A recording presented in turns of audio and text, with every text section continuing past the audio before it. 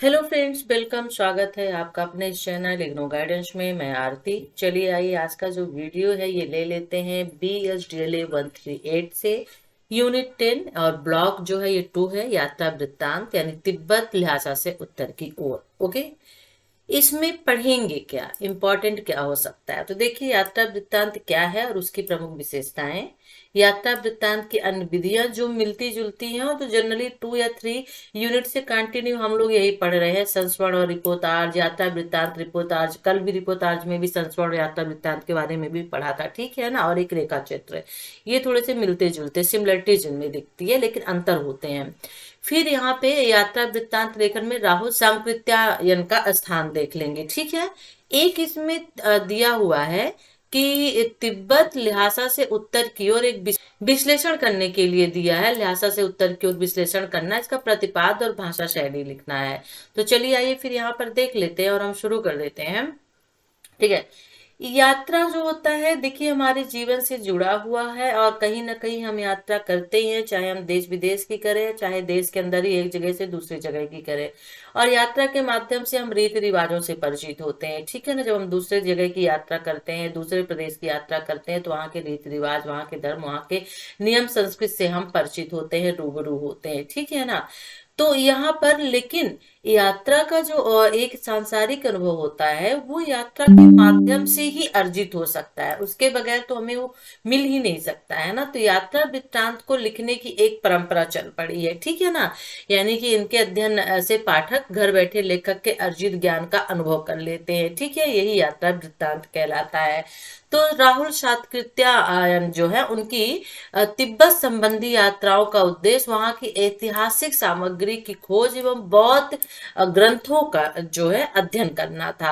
और तिब्बत यात्रा का उद्देश्य वहां के साहित्य के गंभीर अध्ययन तथा उनमें उससे भारतीय एवं बौद्ध धर्म संबंधी ऐतिहासिक सामग्री एकत्र करना था। तो उनका मेन उद्देश्य था कि तिब्बत की यात्रा करना है, वहां के साहित्य का अध्ययन करना है, और साथ में वहां के जो बौद्ध धर्म, जो बौद्ध ग्रंथ है, उनसे सामग्री एकत्रित करना है, ठीक है। किनका? राहुल सांकृत्यायन, ठीक है। अब देख लेते हैं अपनी ल्हासा यात्रा का, उन्होंने नाम ही दिया था ल्हासा यात्रा। तो ल्हासा यात्रा का महत्व बताते हुए राहुल ने लिखा कि 150 के लगभग त्रिपट तथा तिब्बत, मंगोलिया, साइबेरिया तक में छपी और लिखी पुस्तकों का संग्रह किया है। और इस तरह तिब्बत संबंधी यात्राओं का मुख्य उद्देश्य बौद्ध धर्म संबंधी पुस्तकों का संग्रह करना था। और इसके अलावा राहुल ने अपनी यात्राओं के दौरान पुरातात्विक महासामग्री पर भी ध्यान केंद्रित किया, ठीक है। उन्हें पुरातात्विक सामग्री की भी खोज की। तो मनुष्य ने अभिव्यक्ति के लिए नए नए रूपों को तलाश की है।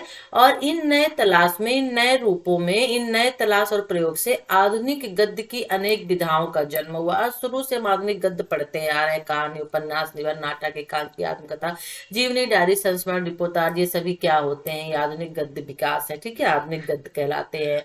तो यात्रा वृत्तांत भी इन्हीं में से एक है, जिनमें मनुष्य के भोगे हुए यात्रा के अनुभव को कलात्मक रूप में अभिव्यक्त किया जाता है। तो मनुष्य के भोगे हुए यानी घूमे हुए, मनुष्य जिस जगह की यात्रा करता है, जिस जगह घूमने जाता है, और वो वहां से जो अनुभव लेके आता है, अपने कलम के माध्यम से एक कलात्मक रूप यानी एक अलग रूप में प्रस्तुत करता है, उसको बताता है, और आपको ऐसा लगता है कि आप खुद भी वहां की यात्रा कर रहे हैं। तो यहाँ कल्पना के लिए ज्यादा गुंजाइश नहीं होती है, कल्पना यहाँ पे नहीं हो सकती है, यानी जो देखा वो लिखना बस। तो इसमें बीते हुए यथार्थ का वर्णन होता है, जो सच है और जो गुजर चुका है, क्योंकि आप यात्रा कर चुके हैं। और यात्रा के दौरान जिन व्यक्तियों से मुलाकात होती है, उनका चित्रण स्वाभाविक रूप से होता है। और यात्रा में स्थान बदलने की प्रक्रिया महत्वपूर्ण होती है, क्योंकि यात्रा एक जगह की नहीं होती है, एक जगह से दूसरी जगह होती रहती है। यात्रा के अनेक कारण हो सकते हैं, और सभी का जीविकोपार्जन के लिए, तो कभी शैक्षणिक दृष्टि से, ज्ञान विज्ञान की नवीनतम उपलब्धियों के लिए भी, किसी खोज के लिए भी आदमी यात्रा करता है। तो एक व्यक्ति एक स्थान से दूसरे स्थान में घूमता रहता है, ठीक है। प्रकृति के सुंदर मनोहारी रूप में भी मनुष्य उसकी ओर खींचता चला जाता है। नदी, पहाड़, जंगल होते हैं, तो एक तरह से प्रकृति से जुड़ना भी मनुष्य की जिज्ञासा का एक कारण है, ठीक है। तो ये क्या हुआ? ये यात्रा हो गया, राइट। अब यात्रा के बारे में तो हमने पढ़ ही लिया। प्रमुख यात्रा वृत्तांत देख लेते हैं क्या है। तो भारतेंदु कालीन यात्रा वृत्तांतों में मुख्यतः जिनका उल्लेख होता है उनका नाम है पंडित दामोदर शास्त्री, मेरी पूर्व दिग् यात्रा, देवी प्रसाद खत्री का रामेश्वर यात्रा, ओके, एंड बद्रिका आश्रम यात्रा और शिव प्रसाद गुप्त का पृथ्वी प्रदक्षिणा यानी कि प्रदक्षिणा यात्रा। ठीक है, इस तरह की कुछ यात्राएं, मेरी कैलाश यात्रा, मेरी जर्मन यात्रा, इस तरह के कुछ लेखक है जिन्होंने यात्राएं की, वहां उन्होंने घूमा और उनका फिर उन्होंने वर्णन किया, उनको इन्होंने लिखा। ठीक है, चलिए ठीक है, तो ये कुछ यात्राएं हो गई। मेरी तिब्बत यात्रा, मेरी लद्दाख यात्रा, किन्नर देश में रूस में 25 मास, ये राहुल साकृत्यायन के हैं, पैरों में पग बांध कर उड़ते उड़ते चलो, ये रामवृक्ष बेनीपुरी के हैं। तो बहुत सारी यहाँ पे यात्राएं हैं जो आप देख लीजिएगा, जिनके नाम यहाँ पर दिए हुए हैं। ठीक है ना, ठीक है। हिंदी लेखकों में जो राहुल हैं, इनके यात्रा वृत्तांतों में इतिहास, भूगोल, समाज एवं संस्कृत की अंदरूनी तहों तक पहुंचने की कोशिश की। किसने? राहुल ने। और उनकी शैली में इतिवृत्तात्मकता अधिक मिलता है। क्यों? क्योंकि यात्रा वृत्तों में हम दृश्यों, स्थितियों और उनके अनुकूल प्रतिकूल लेखक की मानसिक प्रक्रियाओं के साथ साथ परिचित होते जाते हैं। यानी व्यक्ति जहां जो जैसा घूमता है, उसको जिस तरह के दृश्य, उसको जिस तरह की स्थितियां, परिस्थितियां, लोकेशन मिलता है, वातावरण मिलता है, वो उस हिसाब से उसका जो मानसिक व्यवहार होता है वो बदलता है और उसके हिसाब से वो लिखता हुआ चलता है। इसलिए लेखक की रुचि, संस्कार, संवेदनशीलता और मानसिकता के अनुभव यात्रा वृत्तांतों का स्वरूप भी अलग अलग ढल जाता है। ठीक है, तो पिछले 25-30 वर्षों में हिंदी की यात्रा साहित्य काफी समृद्ध हुई है और यहाँ के साहित्यकारों के जैसे से विदेश यात्रा का अधिक से अधिक मौका मिलता है, यात्रा वृत्तांत में उसी अनुपात में वृद्धि होती जाती है। ठीक है, ओके। एक क्वेश्चन है कि राहुल सांस्कृत्यायन के यात्रा वृत्तांतों का नाम बताइए। तो एक तो ल्हासा हो गई, और अभी जस्ट हम कुछ देख के आ रहे हैं यहाँ पे उनके जो साहित्यिक वृत्तांत है उनको देख लेते हैं। ये है मेरी तिब्बत यात्रा हो गई, फिर मेरी लद्दाख यात्रा भी कर दीजिएगा, तिब्बत के बाद लद्दाख लिख दीजिएगा, किन्नर देश में। ठीक है, ये हो गया, रूस में 25 मास।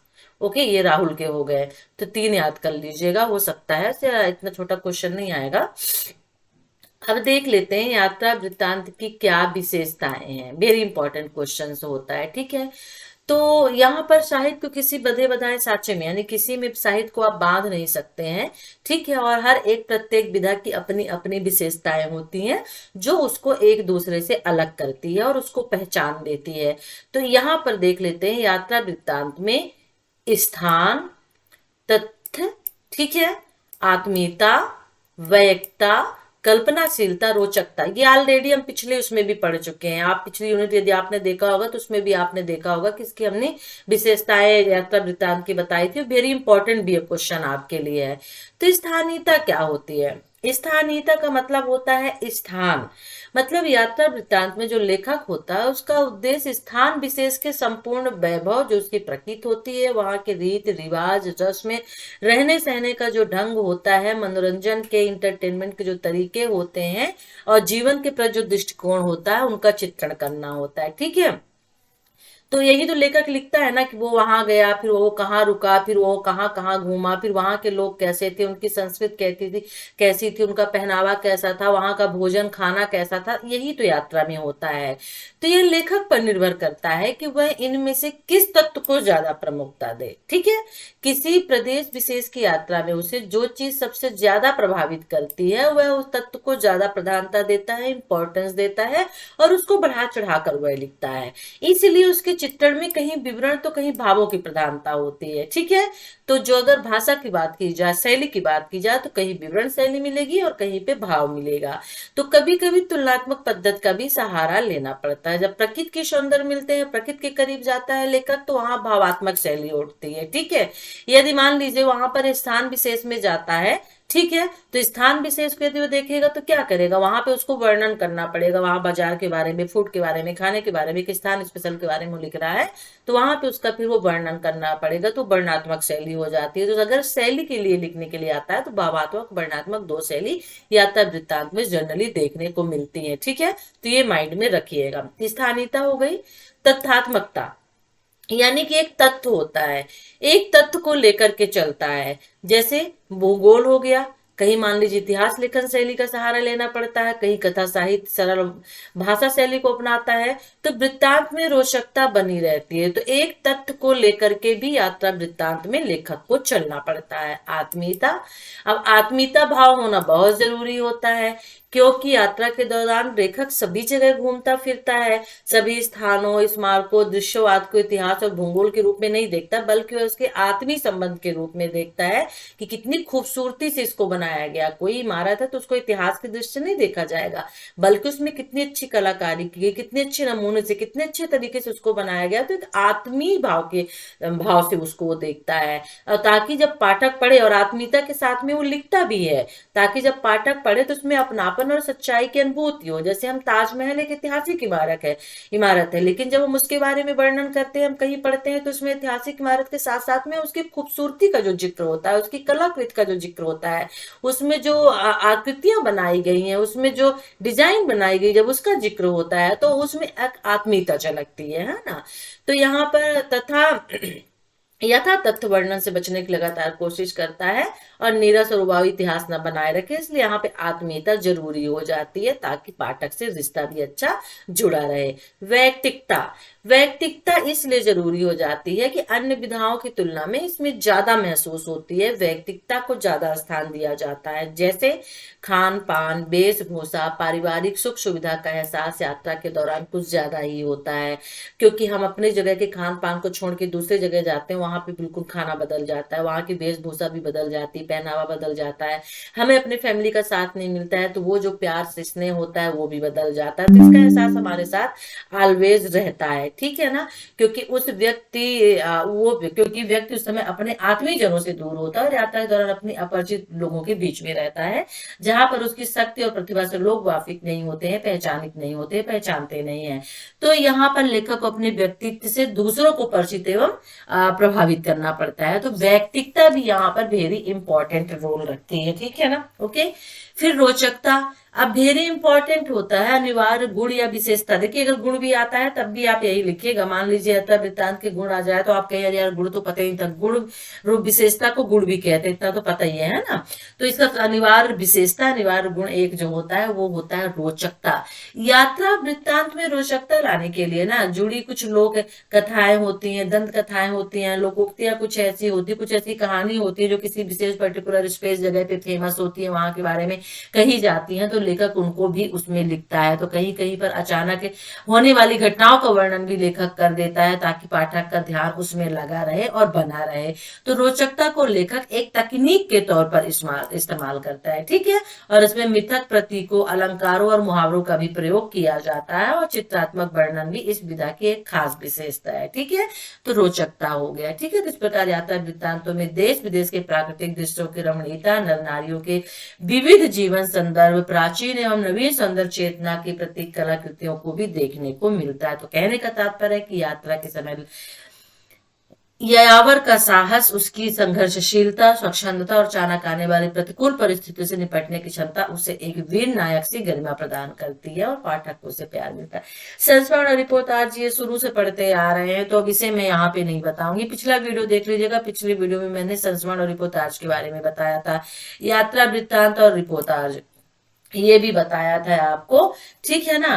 क्योंकि दोनों अलग अलग चीजें हैं, लेकिन अगर एक नजरिए में देखो तो एक लगती है, क्योंकि रिपोर्टाज में भी कहीं बाहर जाना पड़ता है, किसी घटना दृश्य का वर्णन करना पड़ता है स्थान का, और यात्रा वृत्तांत में भी वही काम करना पड़ता है, ठीक है। लेकिन दोनों का उद्देश्य जो होता है वो दोनों बिल्कुल अलग अलग होता है। रिपोर्टाज जहाँ घटनाओं का विवरण प्रस्तुत करता है, तो यात्रा वृत्तांत स्थिति और सौंदर्यप्रद रचना के सामने हमारे आता है, वो भी होता है वही, लेकिन वहां पे सौंदर्य भी हमें देखने को मिलता है। लेकिन यात्रा वृत्तांत उसमें रिपोर्टाज में ऐसा नहीं होता, क्योंकि रिपोर्टाज घटना यानी अकाल, बाढ़, युद्ध, दंगे आदि जो होते हैं, इसकी घटना को हमारे सामने लाया जाता है, ठीक है। तो इसे देख लीजिएगा, पिछले वीडियो में मैंने बताया था यात्रा वृत्तांत की 3 प्रमुख विशेषताएं बताइए, जस्ट अभी देख के आ रहे हैं। किन किन उद्देश्यों में लिखे जा सकते हैं यात्रा वृत्तांत, तो अभी आपको जस्ट बताया किन उद्देश्यों में लिखे जा सकते हैं। यात्रा वृत्तांत के रिपोर्टाज में समानता और अंतर बताइए। राहुल सांकृत्यायन के यात्रा वृत्तांत। ये शुरू में हमने पढ़ ही लिया है, मेरे बारे में देख लीजिए कि राहुल जो है वो जन्मजात घुमक्कड़ थे, वे जीवन घुमक्कड़ बने रहे। लगभग 40 वर्षों तक उन्होंने निरंतर यात्राएं की। तिब्बत, रूस और हिमालय उनकी यात्राओं के आकर्षक केंद्र रहे हैं। यात्राओं ने उन्हें एक लेखक के रूप में पहचान दी और उनका कहना है कि कलम के दरवाजे को खोलने का काम मेरे लिए यात्राओं ने ही किया था, यानी लिखने का काम। ठीक है, इसलिए मैं उनका बहुत कृतज्ञ हूँ, कलम का। और उन्होंने अपनी यात्राओं के विविध, विचित्र व रोचक अनुभव यात्रा वृत्तांतों में पिरोए हैं। तो उनके प्रमुख जो यात्रा वृत्तांत है, तिब्बत में 1.25 वर्ष, मेरी यूरोप यात्रा, मेरी तिब्बत यात्रा, मेरी लद्दाख यात्रा, किन्नर देश में, ठीक है, रूस में 25 मास, और एशिया के दुर्गम भूखंडों में, लंका, चीन में क्या देखा, हिमालय परिचय, जापान, दार्जिलिंग परिचय आदि कुछ उनके हैं। ठीक है ना। तो कहने का तात्पर्य है कि यात्रा वृत्तांत में रचनात्मकता का विशेष महत्व होता है। ठीक है, और राहुल की यात्रा वृत्तांत पढ़ते हुए इनका भरपूर अनुभव होता है। ये जरूर लिखिएगा, राहुल के बारे में शुरू में मैंने बताया वो लिखना है, ये भी लिखना है। और राहुल सांकृत्यायन का यात्रा साहित्य, गुण एवं परिणाम दोनों दृष्टियों से उच्च कोटि का है। और वो देवी शरण लिखते भी हैं इनके बारे में कि यात्रा वर्णन लिखने वाले साहित्यों में राहुल का नाम सबसे आगे आता है, क्योंकि देश विदेश का वर्णन करते हैं, अनुभवों का वर्णन करते हैं, देश के बाहर भी उन्होंने घूमा है। उनकी शैली अधिक रसात्मक होती है और रसात्मक का आधार उनका अनुभव रहता है। ठीक है ना। ओके। और यात्रा वृत्तांत वर्णन प्रधान एवं प्रकृति परक गद्य विधा है। ये तो हमें पता है कि गद्य विधा के अंतर्गत आया है। ठीक है, चलिए। साहित्य में उन्हीं को यात्रा वृत्तांत का दर्जा दिया जा सकता है जिनमें लेखक की अपनी प्रकृति भी प्रतिबिंबित होती है। यानी यात्रा वृत्तांत में लेखक की फक्कड़ता, घुमक्कड़ी प्रवृत्ति, उल्लास, सौंदर्य और सभी चीजें जो है दिखनी चाहिए। ठीक है, अब इसको यहाँ पे नहीं लेते हैं, ल्हासा से उत्तर की ओर है। तो इसमें है प्रिय आनंद जी। मूल पाठ जो है, मालूम हुआ कि 10वीं से 13वीं शताब्दी तक के कितने ही बिहार हैं जिनमें रे रिड जो कि निश्चित ही थोड़ी तालपत्र की पुस्तकों के होने के बाद बतलाई गई है, और संभावना औरों में भी है। वस्तु यही कारण है इधर आने का। आनंद जी को लिखते हैं ल्हासा से उत्तर की ओर। जब पुस्तक के लिए आना था तो उनके लिए विशेष तैयारी करनी जरूरी थी, और अद्यपि सभी पुराने मठों के लिए पुस्तकें दिखाने आज के लिए वोट सरकार से चिट्ठी मिलने वाली है, किंतु अभी उनमें कुछ देर थी, इसलिए 2 सप्ताह की यात्रा उनके बिना ही करनी पड़ रही है। हाँ, वोट के वर्तमान राजा रेड रिम्मोछे ने एक पत्र अपने डिड नट के दे दिए हैं कि सिक्किम की महारानी के भाई रक्षा कुसो ने तग लुक के लिए चिट्ठी लिख दी है। तो उन्होंने एक लेटर लिखा था। ठीक है ना, आनंद को उत्तर से ल्हासा की ओर, ये यहाँ पे लिखा हुआ है। ठीक है, ओके, यही यात्रा वृत्तांत कहलाता है। तो इसे छोड़ दीजिए, वरना जो आपने कुछ पढ़ा वो भी आप भूल जाएंगे। ठीक है ना, तो इसको हम यहीं पे फिनिश करें। यात्रा वृत्तांत की विशेषताएं हो गई। राहुल सांकृत्यायन के बारे में भी हमने पढ़ लिया। अगर क्वेश्चन आता है तो आप 100% लिख ही सकते हैं। ठीक है ना। और इनमें अगर रिपोर्टाज, यात्रा वृत्तांत, संस्मरण, इन सब में यदि अंतर आता है तो आप उसको लिख सकते हैं, कोई प्रॉब्लम नहीं है, क्योंकि वो मैंने 3 वीडियो में लगातार मैं यही आपको बताती आ रही हूँ ना। विश्लेषण इसका देख लीजिएगा, तिब्बत ल्हासा से उत्तर की ओर का विश्लेषण क्या है। ठीक है ना। तो यह यात्रा वृत्तांत राहुल सांकृत्यायन की प्रसिद्ध पुस्तक एशिया के दुर्गम भूखंडों में से एक का छोटा सा अंश है। ठीक है ना। वो दुर्गम एवं बीहड़ प्रदेशों की यात्राएं इसी श्रेणी के अंतर्गत आती हैं। तो प्रतिपाद्य जो है, तो ल्हासा में 2 महीने 11 दिन रहे, और जहां विनय पिटक का अनुवाद, यानी बौद्ध धर्म का जो बुक है साहित्य, विनय पिटक का अनुवाद तथा विज्ञप्त के कुछ हिस्से का संस्कृत में अनुवाद करने के अलावा उन्होंने 2 महत्वपूर्ण संस्कृत ग्रंथों, अभिसामय अलंकार टीका और वाद्यान टीका को ढूंढ निकाला, और तिब्बत में चित्रकला पर एक लेख लिखा। वहां के वृक्षों एवं गृहस्थियों में अनेक प्रकार के आभूषण उन्होंने संग्रहित किए थे। ठीक है। और फेब्बो नामक स्थान की यात्रा का उद्देश्य बताते हुए राहुल ने लिखा था, प्रतिपाद है एक उद्देश्य, प्रतिपाद का मतलब ही है उद्देश्य, किस उद्देश्य से। तो उन्होंने अपनी यात्रा के दौरान होने वाली कठिनाइयों का विस्तार से वर्णन किया। बिहारों में पड़े प्राचीन ग्रंथों के अध्ययन एवं संग्रह के लिए वहां की सरकार की अनुमति लेनी पड़ी थी। फिर कहीं कहीं मठाधीश लोग रोक टोक करते ही रहते थे। बिहार स्थानों की यात्रा करना आसान काम नहीं होता था। भौगोलिक कठिनाई के साथ साथ लुटेरों और चोर बदमाशों का खतरा भी बना रहता था। इसलिए अपनी यात्रा को सुचारू रूप से संपन्न करने के लिए उन्होंने सारा इंतजाम किया था। फिर राहुल ने तिब्बतियों में व्याप्त घोर अंधविश्वास को रेखांकित करते हुए लिखा है कि पिछले दलाई लामा हेमो पधारे थे इसलिए रास्ता बन गया था, बल्कि हमारे दोस्त कादिर भाई के कहने के मुताबिक तो उस पर मोटर चल सकती थी। आपको शायद ल्हासा में दलाई लामा के लिए 3 मोटरों का आना मालूम है। उनकी अपशगुन से कुछ लोग कहते हैं कि दलाई लामा को शरीर त्याग करना पड़ता है। उनके कृपा पात्र कुंभ में इलाकों में बिजली मोटर जैसी खुराफाते सोचा करते थे, तो अंधविश्वास भी उनमें मालूम है। तो जो ऊपर दिए हुए हैं ये चीजें, इनमें से हमें समझने में कठिनाई नहीं होती कि तिब्बत का समाज बहुत ही पारंपरिक और रूढ़वादी समाज था, और तिब्बती अपने धार्मिक रीति रिवाजों का कठोरता से पालन करते थे। ज्ञान विज्ञान के प्रति उनमें कोई आग्रह नहीं था, और शायद इसीलिए पुराने बिहारों की तरह वहां संचित पुराने ग्रंथ की बुरी अवस्था में पड़े हुए, तो संरक्षण के लिए कोई भी वहां पे उपाय नहीं किए गए थे। ठीक है ना। तो ये है आपका 1-2, इसमें देख लीजिए। ठीक है। भाषा शैली मैंने पहले ही बताया था कि उनका एक जो तरीका होता था कि भाषा किसी भी साहित्य रचना की शक्ति होती है, भावों को प्रकट करने का आसान तरीका होता है। तो उनकी भाषा में स्वाभाविक प्रवाह, सरलता, मृदुलता, लोच और गंभीरता जैसे गुण मिलते थे। खड़ी बोली हिंदी को समृद्ध करने में जिन लोगों का महत्वपूर्ण योगदान था, तो राहुल जी उनमें से एक थे। वो कई भाषाओं को जानते थे, संस्कृत, पाली, प्रकृत पाली जिसमें बौद्ध भाषा लिखी गई थी, भोजपुरी में उन्होंने लिखा ही है। इसके अलावा रूसी, सिंगली, अंग्रेजी आदि भाषाओं पर भी उनका अधिकार था। ठीक है ना। ओके। तो हिंदी का भव्य प्रयोग किया गया है। राहुल जी ने कहानी, उपन्यास, यात्रा वृत्तांत, निबंध, आत्मकथा विधाओं में भी उन्होंने सहज प्रयोग किया है। तो ये आप थोड़ा सा देख लीजिएगा। तो ये लेसन यहीं पे हम फिनिश करते हैं। वीडियो कैसा लगा जरूर बताइएगा। वीडियो को लाइक करिए, शेयर करिए, चैनल को सब्सक्राइब कर लीजिए। इसमें इंपॉर्टेंट क्वेश्चन जो आपका बनता है उसमें 2 या 3 ही क्वेश्चन इंपॉर्टेंट बनते हैं। यात्रा वृत्तांत क्या कहलाता है, उसकी विशेषताएं या गुण क्या क्या है, यात्रा वृत्तांत की विधाएं, अन्य विधाएं, यात्रा जैसे संस्मरण और यात्रा रिपोर्टाज, यात्रा वृत्तांत और रिपोर्टाज में अंतर पूछ सकता है। थोड़ा सा राहुल सांकृत्यानंद के बारे में पढ़ लीजिएगा, हो सकता है इनका विश्लेषण, प्रतिपाद्य और भाषा शैली लिखने के लिए आ जाए। ठीक है। हमारे ग्रुप से जुड़ जाइए, जिसका लिंक वीडियो के डिस्क्रिप्शन बॉक्स में दिया हुआ है, टेलीग्राम और व्हाट्सएप का। कोई क्वेरी हो तो कमेंट्स कर सकते हैं, या फिर व्हाट्सएप पे हमसे आप पूछ सकते हैं। चलिए फिर नेक्स्ट वीडियो के साथ हम आपसे फिर मिलेंगे। Take care, bye.